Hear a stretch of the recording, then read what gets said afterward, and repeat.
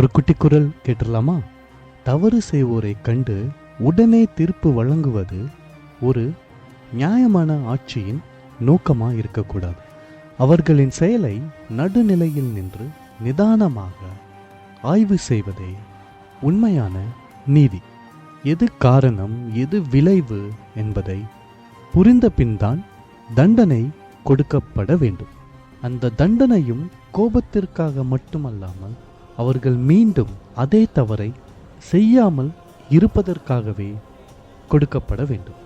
தவறுகளை திருத்தி நல்ல பாதையில் நடத்துவதுதான் ஒரு ஆட்சியின் பெருமை. நியாயமான தீர்ப்பு மக்கள் நம்பிக்கையை வளர்த்து சமுதாயத்தை நிலையாக முன்னேற்றும்.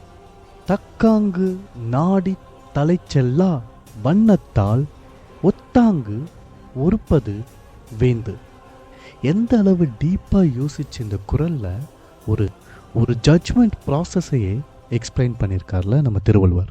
இந்த மாதிரி புதுவிதமான முயற்சி உங்களுக்கு பிடிச்சிருந்துச்சுன்னா இந்த வீடியோவை 4 பேர்கிட்ட ஷேர் பண்ணுங்கள். தொடர்ந்து இணைந்திருங்கள். இது உங்கள் மெய்யுணர்தல்.